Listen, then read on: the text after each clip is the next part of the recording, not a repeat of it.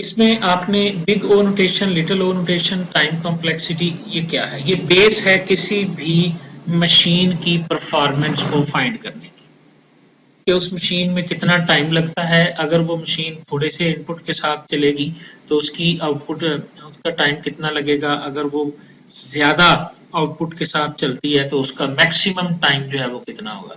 इस चीज का पता होगा तो हम चलेंगे ना। याद करो कि हमने CS701 में ये कॉन्सेप्ट शुरू किया था हाल्टिंग प्रॉब्लम से, कि एक हाल्टिंग प्रॉब्लम थी। एक बंदे ने आइडिया दिया कि ये सिम्पोटेटिक नोटेशन है, इसको मुझे सॉल्व करके दिखाओ। तो किसी बंदे से वो सॉल्व नहीं हुई और एक बंदे ने आके ये कहा कि इसका हल मेरे पास है। ठीक है, तो उसने कहा क्या हल है? उसने कहा कि इसका कोई हल नहीं है। समझ आ रही? लेकिन उसने प्रूव किया कि वाकयातन ये ऐसी प्रॉब्लम है जिसको सॉल्व ही नहीं किया जा सकता। अभी भी दुनिया में ऐसी प्रॉब्लम्स एग्जिस्ट करती हैं जो कि सॉल्वेबल नहीं है, जिनके बारे में ये नहीं कहा जा सकता कि ये एप्लीकेशन, ये प्रॉब्लम जो है वो सॉल्व होगी या नहीं होगी। तो ऐसी प्रॉब्लम्स का क्या हल है? ऐसी प्रॉब्लम्स के हल के लिए थ्योरी ऑफ कंपटीशन है। क्या करती है ये? मसलन इसका हल ये है कि कम से कम हमें ये तो पता होना कि ये प्रॉब्लम जो है ये सॉल्व होगी भी कि नहीं होगी।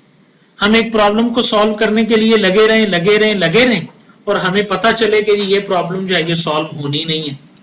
समझ आ रही है ना? इन द एंड जो है वो हमें ये पता चले कि ये प्रॉब्लम जो है ये सॉल्व होनी नहीं है। और ये चीज जो है ये थ्योरी ऑफ कंपटीशन जो है ना वो शो करती है हमारे लिए। समझ आ रही? अब इसमें देखें, मैंने आपको जिस कोर्स का रेफरेंस दिया है वो है CS506। CS502 है या मेरा ख्याल 2 है। इस फंडामेंटल ऑफ एल्गोरिथम है, इसका चैप्टर नंबर 2 है असिम्प्टोटिक नोटेशंस। ये आपने जाके पढ़ लेना है। इसमें थोड़ी सी मैथ भी है और इसमें big O notation, little O notation को बड़ी अच्छी तरह एक्सप्लेन किया गया। इसके बारे में लाजमी तौर पर हमें पेपर में भी सवाल आना है और असाइनमेंट्स में भी सवाल आना है फंडामेंटल ऑफ एल्गोरिथम्स में। इस बात की समझ आ गई? ट्यूरिंग मशीन जो है ये बेसिकली एक एल्गोरिथम ही होता है। अब आगे देखें जी, इसमें रिसोर्स बाउंडेड कंपटीशन की। Let us look at A resource bounded competition. एक ऐसी कंपटीशन, ठीक है, जो कि बाउंड है दो चीजों के दरमियान, टाइम और स्पेस। आप एक प्रोग्राम को कंप्यूटर पे सॉल्व करते हैं, एक प्रॉब्लम को, वो कितना वक्त लेगा, ये है टाइम कॉम्प्लेक्सिटी। तो उसके लिए कितनी रैम चाहिए, कितनी मेमोरी चाहिए, ये है स्पेस कॉम्प्लेक्सिटी। समझ आ गई बात? ये टाइम कॉम्प्लेक्सिटी है, हमने ये कैलकुलेट करना है। और अगर हम ये कैलकुलेट करें कि वो कितनी स्पेस लेगा, कितनी मेमोरी चाहिए इसको सॉल्व करने के लिए, अभी बेटा ऐसे प्रॉब्लम्स मौजूद हैं कि जिनको सॉल्व करने के लिए कंप्यूटर ही नहीं बना। इतने बड़े बड़े प्रॉब्लम्स जो है वो मौजूद हैं। और एक प्रॉब्लम ऐसा है, वो मेरा ख्याल है यहाँ पे इंटीजर फैक्टराइजेशन, ये देखें इंटीजर फैक्टराइजेशन। इसके ऊपर अगर आप विकिपीडिया पे पढ़ेंगे ना तो यहाँ पर आपको मिलेगा इंटीजर फैक्टराइजेशन के बारे में। ठीक है जी, कि ये इंटीजर फैक्टराइजेशन क्या है। ठीक है जी, इसमें आपको एक नंबर मिलेगा जो कि दुनिया के अंदर उन्होंने ओपन रखा हुआ है कि जो बंदा इस नंबर को फैक्टराइज कर दे उसको पता नहीं कितने अरब डॉलर जो है ना वो इनाम है। वो इतनी लंबी चौड़ी रकम है ना, वो है RSA, ये RSA 768 है शायद, ये है शायद RSA 7, ये नंबर है। वो पढ़ रहे हैं ये नंबर? समझ आ रही है? ये RSA has 232 decimal numbers and was factored on December 12, 2009 over the span of 2 years। 2 साल के बाद कोई बंदा इसको फैक्टराइज करने में कामयाब हुआ। थॉर्स्टन क्योंग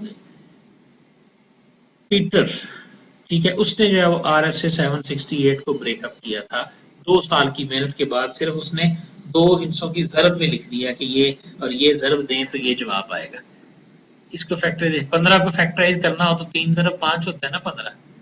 तो इस तरह इस नंबर को सिर्फ 2 हिस्सों में डिवाइड करने में उस बंदे को 2 साल लगे हैं। The CPU time spent on finding the factor by collection of parallel computed amount approximately is equivalent to 2000 साल of computing on a single core। अगर आप ये काम ये उसने बहुत सारे कंप्यूटर्स को मिलाकर किया है। अगर आप एक कंप्यूटर जो आजकल हमारे पास लैपटॉप है, अगर इस पे आप ये काम करते ना तो इसको 2000 साल लगने थे, जितना काम उसने 2 साल में किया है। समझ आ रही है बात की या नहीं?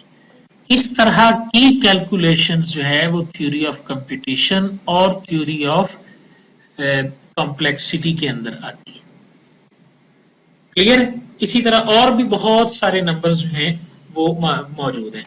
तो ये चीज जो है ना वो हम डिस्कस कर रहे हैं टाइम एंड स्पेस के हवाले से। आगे देखें आप, टाइम एंड स्पेस के हवाले से उसने कहा फर्ज करो ये एक आपके पास इक्वेशन है कि a इज इक्वल टू 0 की पावर k है और 1 की पावर k है, k greater than equal to 0 है। We saw an algorithm that accept a in time o raise to the power n square.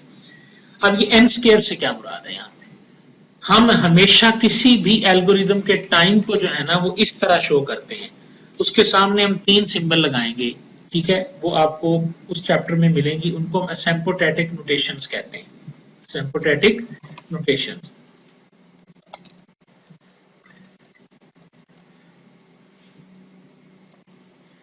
वो देखें यहाँ पे व्यू हैंडआउट्स।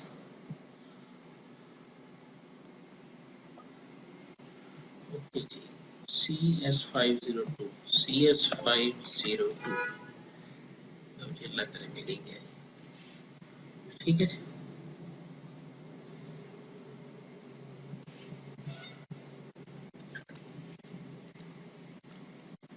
ये चैप्टर है। इसके लिए हमारे पास जो सिंबल्स हैं जी वो एक है ये वाला, ये थीटा कहलाता है, एक ओ होगा छोटा, एक ओ होगा बड़ा और एक नोटेशन होगी ओमेगा। ये मेजरमेंट की जिस तरह यूनिट कह लें आप या सिंबल कह लें।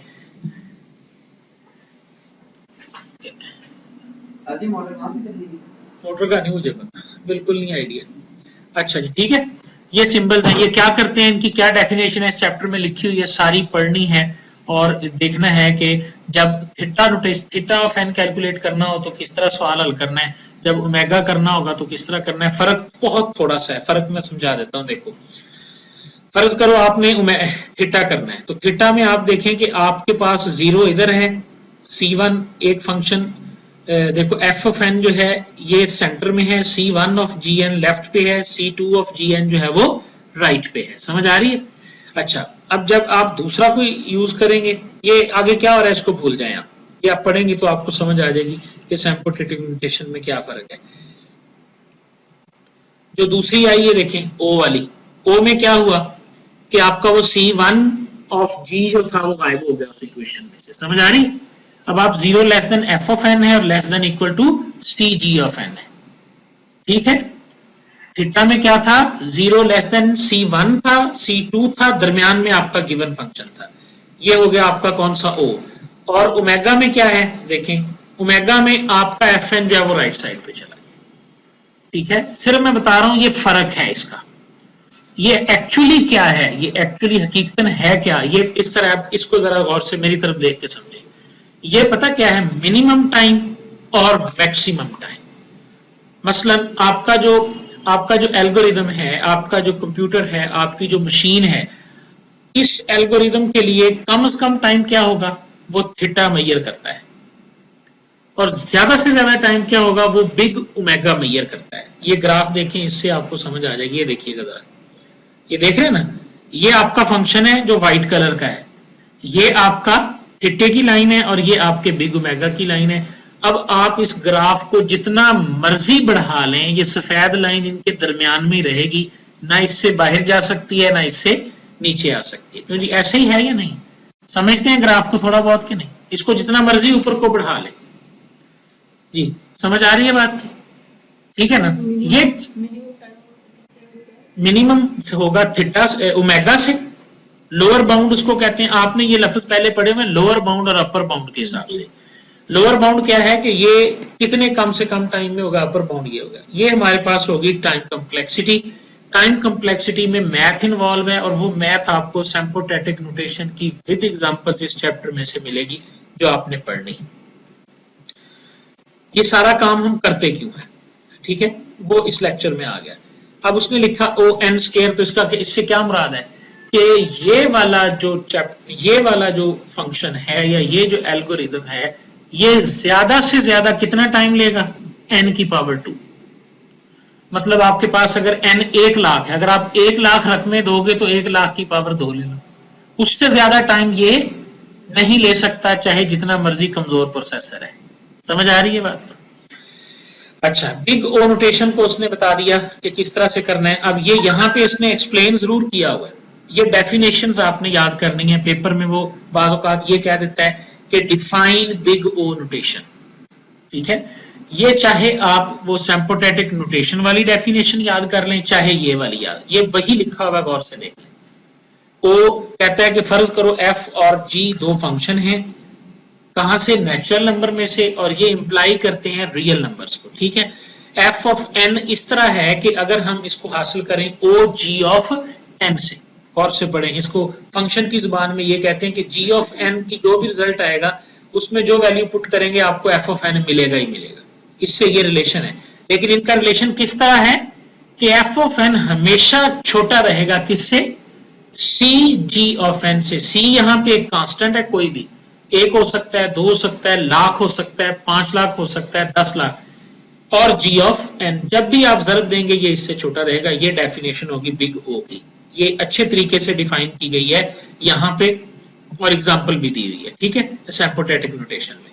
आगे चलें, ये बिग ओ नोटेशन की उसने एग्जांपल दी है, वहां भी मौजूद है। वो कहता है कि जनाब ये बताओ एफ ऑफ एन जो है ना, इसको हम बिग ओ में कैसे लिख सकते हैं। एफ ऑफ एन तो हमने लिख दिया, ओ में कैसे लिखेंगे। अब आप देखो राइट साइड पे एक टर्म है, इसको मैं ना जनरली समझाता हूं आपको। इस राइट साइड की टर्म के ऊपर जो वैल्यू बदलती है इक्वेशन की, वो सबसे ज्यादा किस वेरिएबल पे डिपेंड करती है।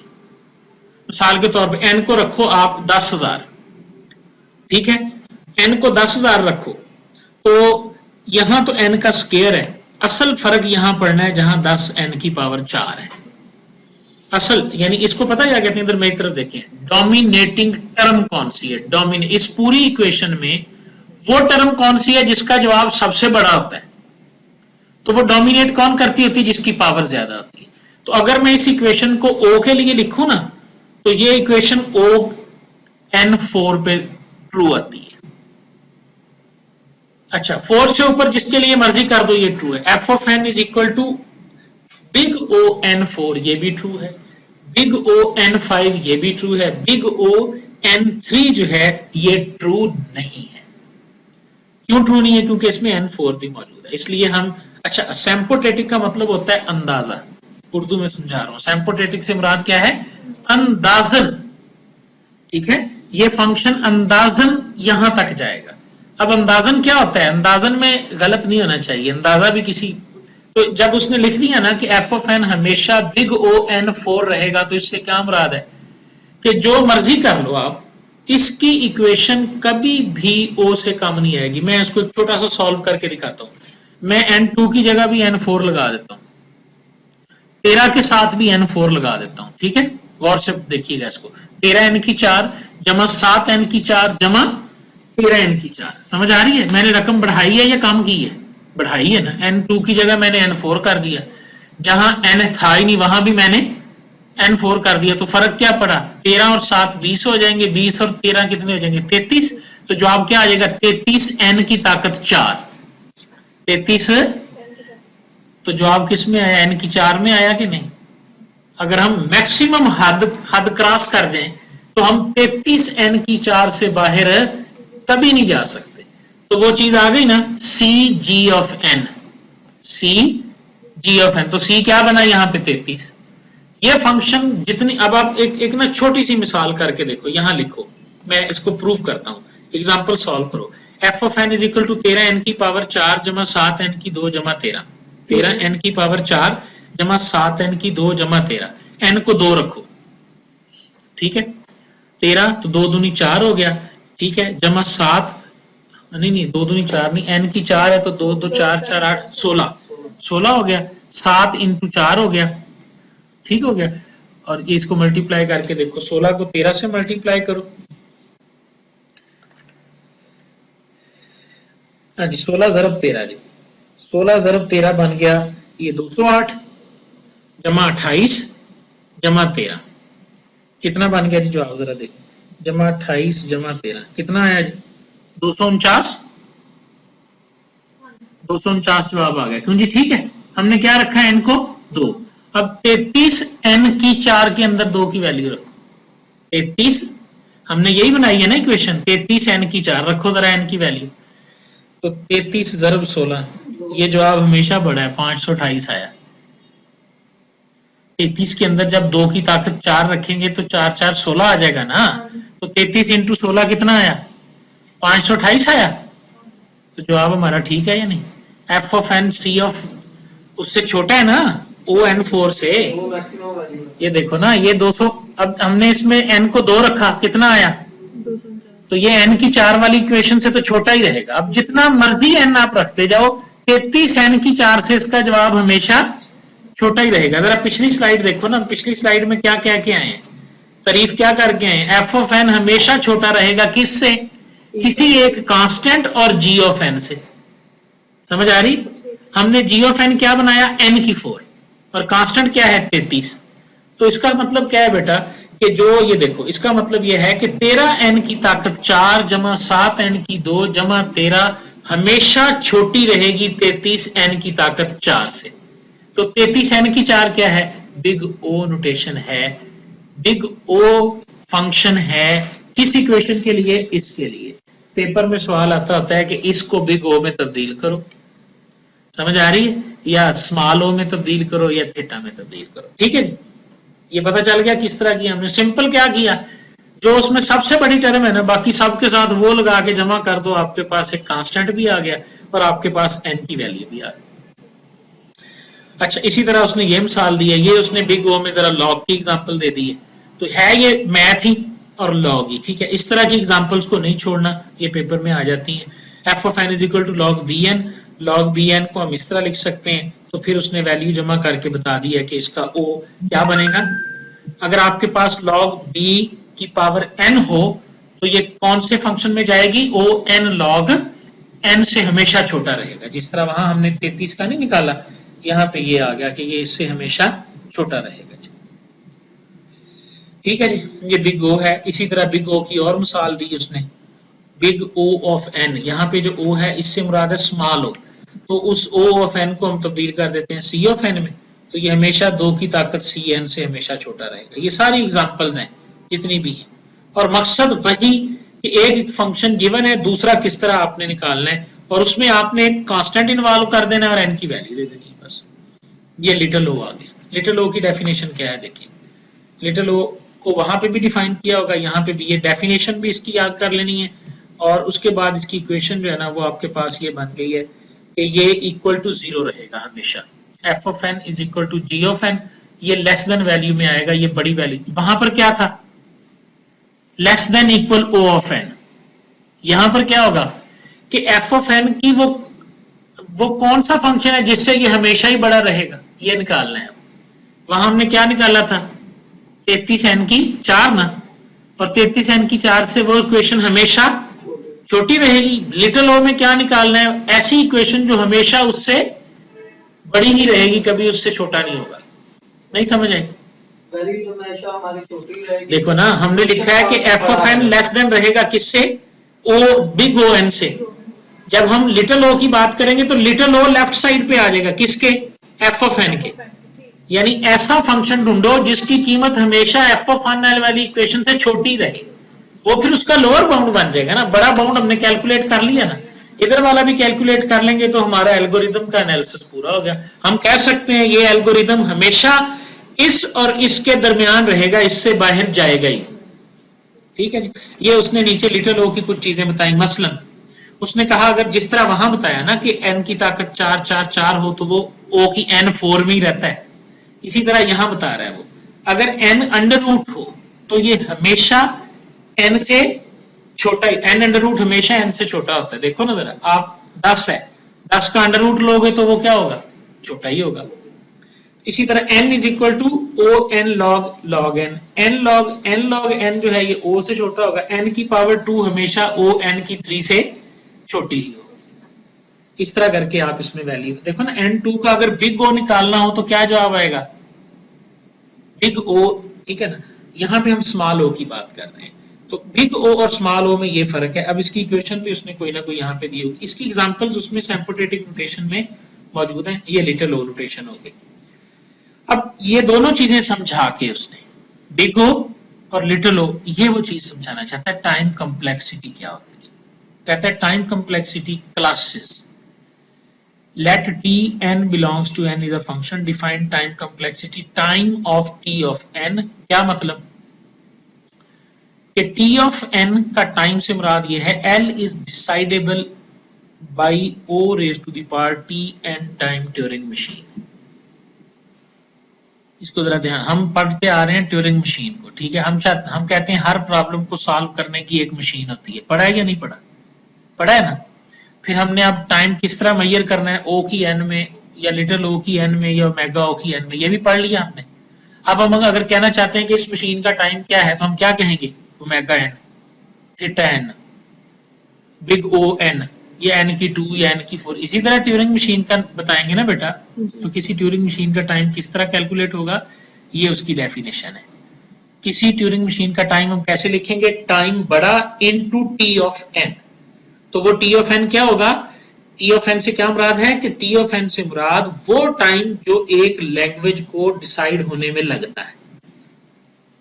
और वो किस तरह लिखा जाएगा, या वो ओ के साथ लिखा जाएगा या वो स्मॉल ओ के साथ लिखा जाएगा।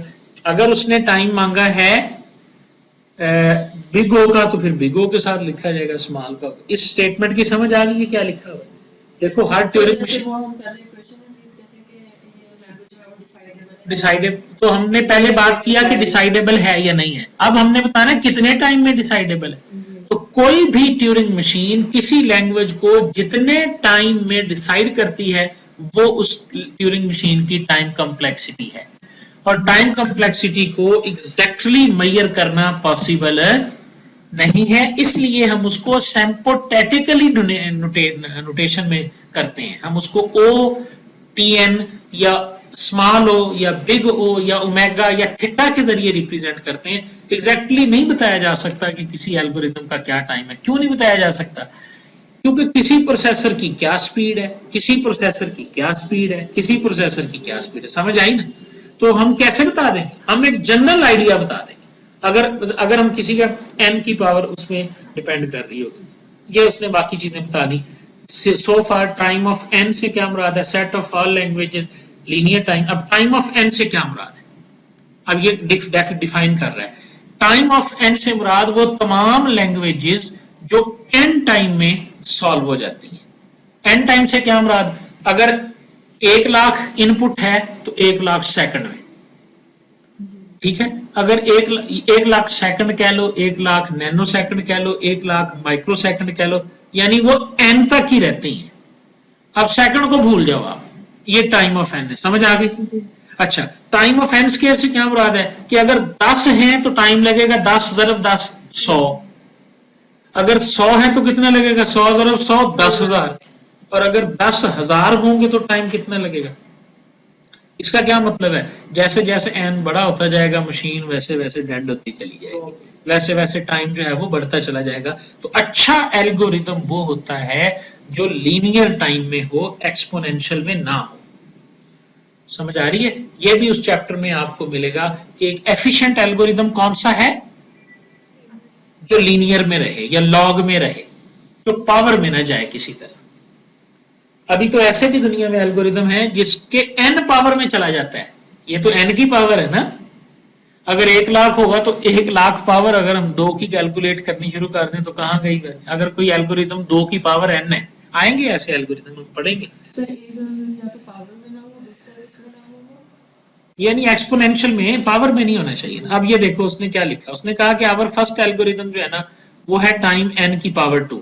ये उसने जो पहली मिसाल दी, ठीक है। अब देखो फर्ज करो एक प्रॉब्लम है जिसका जो है a इज इक्वल टू 0 की पावर k और 1 की पावर k। ये एक लैंग्वेज है, इसको एक्सेप्ट करने के लिए आपने 2 ट्यूरिंग मशीनें बनाई हैं।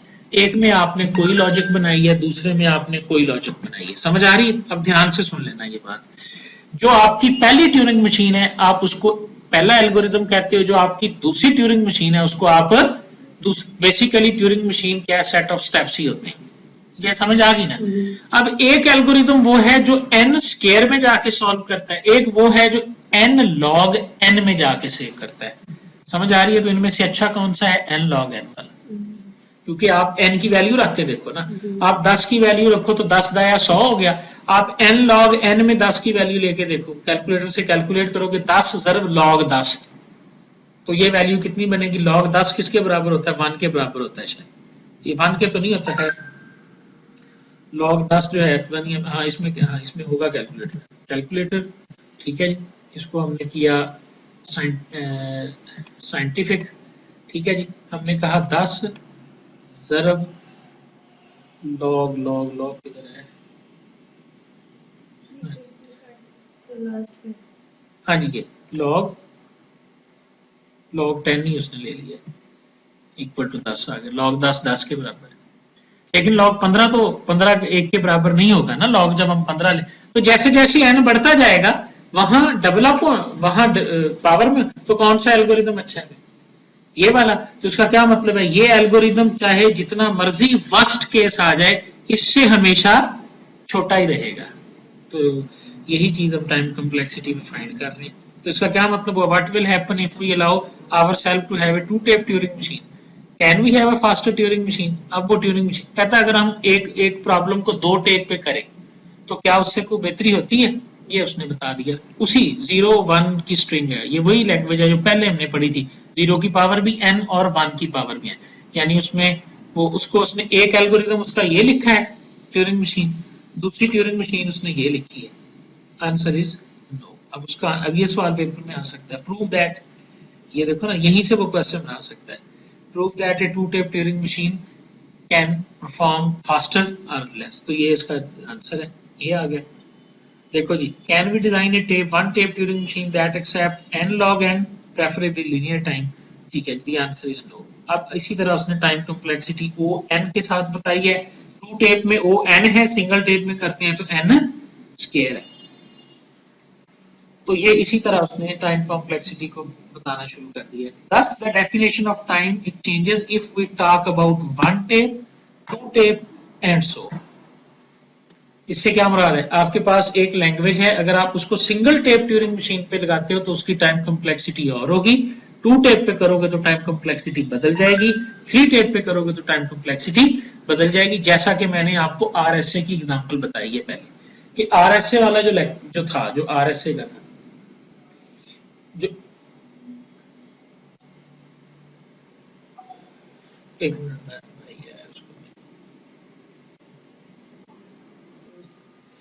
ओके जी, ये बेटा टाइम कॉम्प्लेक्सिटी है, ठीक है, इसको अब आपने पढ़ लेना है, इसका क्या असर होता है। ये सिंपल सारी अब ये मशीनें हैं, ये देखो, proof of theorem is just more careful study of the previous proof, ठीक है, ये प्रूफ है बकायदा, ये सारे प्रूफ याद करने हैं, रट्टा लगाने हैं, के टेप का प्रूफ क्या होता है, सिंगल टेप की टाइम कॉम्प्लेक्सिटी, इसी तरह के सवाल आने हैं। ये देखो अब उसने टाइम कॉम्प्लेक्सिटी इसको कैलकुलेट करने को बताई। On input F we take the following plane m use t of n of its a tape, तो इसका मतलब है इसका टाइम क्या हो गया k t of n। अगर एक टेप t of n लगाती है तो k टेप्स कितने लेंगे, k t of n ही लेंगे ना, तो n के ऊपर o t of n, तो ये देखो उसने कैलकुलेशन की तो a t स्क्वायर n बन गया इसका, बिल्कुल सादा सी बात है कि एक सिंगल टेप है वो t of n में काम करती है, जब 2 टेप होगी तो वो 2 टी ऑफ एन में करेगी, अगर के होगी तो के टी ऑफ एन में करेगी, उस टी ऑफ एन के अंदर फिर जो है ना वो एन दफा घूमता है, तो इसका मतलब है वो जो अंदर है वो भी टी ऑफ एन में करेगा, तो टी ऑफ एन और टी ऑफ एन क्या आ जाएगा, टी का स्क्वायर आ जाएगा, इस तरह वो बड़ी सादा बात है कि आप देखो लूप लगाते हो ना, एक लूप है जो बाहर से चलती है 10 दफा, तो उसने कितनी इटरेशन ली, n 10 था तो 10 दफा चली, एक हर के अंदर फिर आपने इनर लूप लगाई, वो कितनी दफा चलती है, वो भी 10 दफा चलती है, समझ आ रही है। तो अब एक के अंदर 10, 2 के अंदर 10, तो कितनी दफा चली, वो 100 दफा, तो क्या बन गई फिर, वो 10 का स्क्वायर ही हो गया ना। अगर n 10 होगा तो वो 100 दफा चलेगी, 10 का स्क्वायर, अगर n 5 होगा तो वो 25 दफा चलेगी, 5 का स्क्वायर, अगर n 3 होगा तो वो 3 3 3 9, तो वो बन गया ना, ये वो चीज है जब इनर लूप में लगती है, ठीक है जी। ये होगी आपकी टाइम कॉम्प्लेक्सिटी। इसको आपने पढ़ना है, टाइम कॉम्प्लेक्सिटी क्या है। एनएफए एनडीपीए टाइम कॉम्प्लेक्सिटी के लिए ये देखो किस तरह मेंशन करनी है, उसी तरह टाइम कॉम्प्लेक्सिटी लिखने का फॉर्मेट आ गया। ये नॉन डिटर्मिनिस्टिक ट्यूरिंग मशीन जो है वो इस तरह हम लिखते थे। ये नॉन डिटर्मिनिस्टिक ट्यूरिंग मशीन की डेफिनेशन आ गई। NFA non deterministic finite automata हमने थ्योरी ऑफ कंप्यूटेशन में पढ़ा। Non deterministic push down automata हमने पढ़ा। Now we will define non deterministic Turing machine. एन ये पढ़ा हुआ नॉन डिटर्मिनिस्टिक ट्यूरिंग मशीन क्या होती है सुने। Sigma is input alphabet, gamma is work alphabet, q naught qa are the states and gamma is the transition function। ये आपके सामने फंक्शन लिखा हुआ है। For example we may have q5, ये सारी उसी तरह लिखा हुआ है। Time complexity we can think of a non deterministic computation as a tree जिसमें एक रिजेक्ट मौजूद है चाहे जहां मर्जी है और एक एक्सेप्ट है चाहे जहां मर्जी। तो ये टाइम नॉन डिटर्मिनिस्टिक है, एक्सेप्ट है, रिजेक्ट है, कहीं ना कहीं मौजूद है। ये उसी तरह उसने इसको बयान किया हुआ। ठीक है, इसकी बहुत अच्छे तरीके से आपको समझ आएगी जब आप इस चैप्टर को यहां से पढ़ेंगे 7.1 को। ठीक है ना, वो उसने एग्जांपल दी है और ये चैप्टर अब आपने ये देखो कोई सेम एग्जांपल है, इसी से उन्होंने स्लाइड्स बनाई है, इसी के थ्योरम्स हैं। बिग और स्मॉल ओ को भी उसने इसके अंदर बता दिया। एसिम्प्टोटिक एनालिसिस का जिक्र भी उसने कर दिया। समझ आ रही है। ये उसने डेफिनेशन भी दूसरी दी है, ये एग्जांपल दी है इसका। ये देखो वही एग्जांपल जो मैंने आपको वहां उसने 4n के साथ करवाई है ना, तो ये उसने इस तरह करके कर दी है। हमेशा ये जो है वो 6n की पावर 3 से छोटा ही रहेगा। ये एग्जांपल एक और दी। ठीक है, इसका सोल्यूशन भी होगा। जितनी एग्जांपल्स हैं सबको याद करना है। ठीक है, जितनी भी एग्जांपल्स हैं, ये बड़ी एग्जांपल्स को आमतौर पर हम ये समझते हैं कि नहीं आती। ये वो एग्जांपल्स हैं जो उसने बगैर सॉल्व की, इनका नेट से सोल्यूशन ढूंढना है, कोशिश करनी है कि ये किस तरह से सॉल्व हुई हुई है। ये सोल्यूशन मिल जाएगा नेट से कहीं ना कहीं से। ये एनालाइजिंग एल्गोरिदम्स, ये वो आगे वो सारी तरतीब है जो हमने पढ़ी है। ठीक है, फिर आगे वो लेके जाएगा आपको एंड नॉन डिटर्मिनिस्टिक के ऊपर। ये रिलेशनशिप बता रहा है। ये जिस तरह वो थ्योरम्स होते हैं और थ्योरम्स की आगे कोरेलरीज होती है ना, ये इस तरह रिलेशनशिप है। टी ऑफ एन में और एन में क्या रिलेशन है, ये उसका प्रूफ, ये प्रूफिंग आइडिया। ठीक है, ये N be the non deterministic देखेंगे वही डायग्राम है। यहाँ से भी पढ़ लेना है और क्लास पी से पहले पहले तक आपने इसको अच्छे तरीके से देख लेना है, क्योंकि ये आएगी समझ तो आगे चलेंगे। अब क्लास पी को भी आपने पढ़ लेना है। देखो ये फर्क नहीं है, कोई मुश्किल चीज नहीं है। पी फॉर पोलिनोमियल, ऐसी दुनिया के तमाम problems. On the other hand we demonstrated a most square polynomial difference between the time. क्या कहता है, ऐसे तमाम डिफरेंसेस जो पोलिनोमियल में सॉल्व होंगी वो क्लास पी की प्रॉब्लम्स कहलाएंगी। पोलिनोमियल हम पढ़ के आए हैं ना, जो एक्सपोनेंशियल में होती हैं, तो जो पोलिनोमियल में होगी वो पोलिनोमियल क्लास की प्रॉब्लम कहलाएगी। थ्योरी ऑफ कॉम्प्लेक्सिटी का बेटे मैं दोबारा बता दूं, जो मेन ऑब्जेक्टिव है ना, वो प्रॉब्लम की क्लासिफिकेशन करना है कि ये पी क्लास की है, ये एनपी क्लास की है, या कौन सी क्लास की है। अगर आप इसको बारे में नेट पे पढ़ेंगे ना, थोड़ा सा देख लीजिएगा, वैसे सर भी पढ़ाएंगे, हमने पढ़ना भी है। ये देखो